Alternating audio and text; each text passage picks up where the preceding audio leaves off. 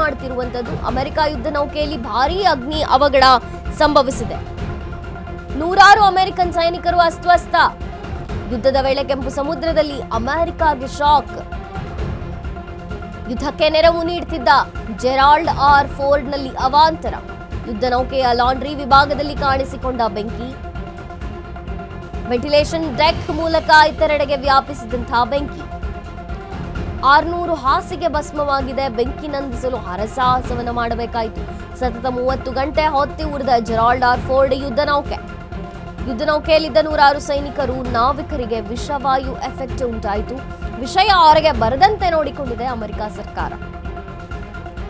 ಒಂದು ವಾರದ ಬಳಿಕ ಈಗ ವಿಷಯ ಹೊರಬಂದಿದೆ. ಅಮೆರಿಕಾಗೆ ಇವಾಗ ಮುಜುಗರ ಆಗ್ತಾ ಇದೆ. ಅವಘಡವಾದಾಗ ನೌಕೆಯಲ್ಲಿದ್ದಂತಹ ಅಮೆರಿಕ ಸೈನಿಕರ ಸಂಖ್ಯೆ 4500. ಕೆಂಪು ಸಮುದ್ರದಿಂದ ಜಡ್ಡಾ ಬಂದರು ಕಡೆ ಪ್ರಯಾಣಿಸಿತು ಈ ಯುದ್ಧ ನೌಕೆ. ಅಮೆರಿಕ ಯುದ್ಧ ನೌಕೆಯಲ್ಲಿ ಭಾರೀ ಅವಘಡ ಸಂಭವಿಸಿದೆ. ಅಗ್ನಿ ಅವಘಡ. ನೂರಾರು ಅಮೆರಿಕನ್ ಸೈನಿಕರು ಅಸ್ವಸ್ಥರಾಗಿದ್ದಾರೆ. ಯುದ್ಧದ ವೇಳೆ ಕೆಂಪು ಸಮುದ್ರದಲ್ಲಿ ಅಮೆರಿಕಾಗೆ ಶಾಕ್. ಇದು ಯುದ್ಧಕ್ಕೆ ನೆರವು ನೀಡುತ್ತಿದ್ದ ಜೆರಾಲ್ಡ್ ಆರ್ ಫೋರ್ಡ್ನಲ್ಲಿ ಅವಾಂತರವಾಗಿದೆ. ಅಗ್ನಿ ಕಾಣಿಸಿಕೊಂಡಿದೆ. ಲಾಂಡ್ರಿ ವಿಭಾಗದಲ್ಲಿ ಕಾಣಿಸಿಕೊಂಡಿದೆ ಬೆಂಕಿ.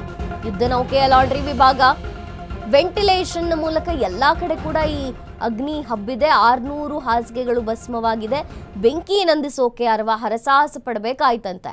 30 ಗಂಟೆಗಳ ಕಾಲ ಜೆರಾಲ್ಡ್ ಆರ್ ಫೋರ್ಡ್ ಯುದ್ಧ ನೌಕೆ ಹೊತ್ತಿ ಉರಿದಿದೆ. ಯುದ್ಧ ನೌಕೆಯಲ್ಲಿದ್ದಂತಹ ನೂರಾರು ಸೈನಿಕರು, ನಾವಿಕರಿಗೆ ಎಲ್ಲರಿಗೂ ಕೂಡ ವಿಷವಾಯು ಎಫೆಕ್ಟ್ ಉಂಟಾಗಿದೆ. ಆದರೆ ಅಮೆರಿಕ ಮಾತ್ರ ಯಾವ ವಿಚಾರವನ್ನು ಹೊರಗೆ ಬರದಂತೆ ನೋಡಿಕೊಂಡಿದೆ. ವಿಷಯ ಔಟ್ ಮಾಡಿಲ್ಲ. ಆದರೆ ಅಮೆರಿಕಾಗೆ ಈಗ 1 ವಾರದ ನಂತರ ವಿಷಯ ಜಗತ್ತಿಗೆ ಗೊತ್ತಾದ ನಂತರ ಮುಜುಗರವಾಗ್ತಾ ಇದೆ. ಕೆಂಪು ಸಮುದ್ರದಿಂದ ಜಡ್ಡಾ ಬಂದರು ಕಡೆ ಈ ನೌಕೆ ಹೋಗ್ತಿತ್ತಂತೆ. ಅಮೆರಿಕ ಯುದ್ಧ ನೌಕೆಯಲ್ಲಿ ಆಗಿತ್ತು ಭಾರೀ ಅವಘಡ. 1 ವಾರದ ನಂತರ ಈಗ ಜಗತ್ತಿಗೆ ಗೊತ್ತಾಗ್ತಿದೆ ಈ ಸುದ್ದಿ. ಅಮೆರಿಕಾಗೆ ಭಾರೀ ಮುಜುಗರ ಉಂಟಾಗಿದೆ. ಬರೋಬ್ಬರಿ 4500 ಸೈನಿಕರು ಈ ಯುದ್ಧ ನೌಕೆಯಲ್ಲಿದ್ರು. ಎಲ್ಲರಿಗೂ ಕೂಡ ವಿಷವಾಯು ಎಫೆಕ್ಟ್ ಉಂಟಾಯಿತು. ಯುದ್ಧ ನೌಕೆಯ ಲಾಂಡ್ರಿ ವಿಭಾಗದಲ್ಲಿ ಬೆಂಕಿ ಕಾಣಿಸಿಕೊಂಡಿತು. ತದನಂತರ ವೆಂಟಿಲೇಷನ್ ಡೆಕ್ ಮೂಲಕ ಎಲ್ಲಾ ಕಡೆಗೂ ಈ ಬೆಂಕಿ ವ್ಯಾಪಿಸಿತು. ಇದ್ದಂತಹ 4500 ಸೈನಿಕರು ಎಲ್ಲರಿಗೂ ಕೂಡ ವಿಷವಾಯು ಎಫೆಕ್ಟ್ ಆಯಿತು. 600 ಹಾಸಿಗೆಗಳು ಸುಟ್ಟು ಭಸ್ಮವಾಗಿದೆ. ಇದರಲ್ಲಿ ಸತತ 30 ಗಂಟೆಗಳ ಕಾಲ ಜೆರಾಲ್ಡ್ ಆರ್ ಫೋರ್ಡ್ ಯುದ್ಧ ನೌಕೆ ಹೊತ್ತು ಉರಿದಿದೆ. ಬೆಂಕಿ ನಂದಿಸೋಕೆ ಹರಸಾಹಸವನ್ನು ಪಡಬೇಕಾಯಿತು. ವಿಷವಾಯು ಎಫೆಕ್ಟ್ ಇದ್ದಂತ ಎಲ್ಲ ಸೈನಿಕರಿಗೂ ಉಂಟಾಗಿದೆ.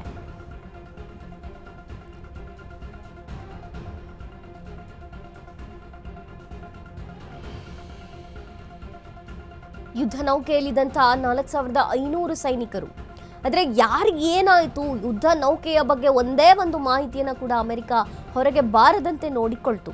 1 ವಾರದ ನಂತರ ಅಮೆರಿಕ ಯುದ್ಧ ನೌಕೆಗೆ ಈ ಅವಸ್ಥೆ ಉಂಟಾಗಿದೆ ಅನ್ನೋದು ಬೆಳಕಿಗೆ ಬರ್ತಿದೆ. ಇವಾಗ ಅಮೆರಿಕಾಗೆ ಮುಜುಗರವಾಗ್ತಿದೆ. ಅಮೆರಿಕ ತಾನು ಮಾತ್ರ ನಾವು ಗೆದ್ದಿದ್ದೀವಿ, ಎಲ್ಲವನ್ನ ನಾಶ ಮಾಡಿಬಿಟ್ಟಿದ್ದೀವಿ, ನಾವು ಗೆಲ್ತಾ ಇದ್ದೀವಿ ಅಂತ ಘೋಷಣೆ ಮಾಡ್ಕೊಳ್ತಾನೆ ಇದೆ. ಆದರೆ ಅಮೆರಿಕಾಗೂ ಕೆಲವು ಅವಸ್ಥೆಗಳು ಆಗ್ತಿರೋದ್ರಿಂದ ಅಮೆರಿಕ ಇದನ್ನು ಮುಚ್ಚಿಟ್ಟಿದೆ. 1 ವಾರದ ನಂತರ ಈ ವಿಚಾರ ಬೆಳಕಿಗೆ ಬಂದು ಇವಾಗ ಅಮೆರಿಕಾಗೆ ಮುಜುಗರ ಆಗ್ತಾ ಇದೆ.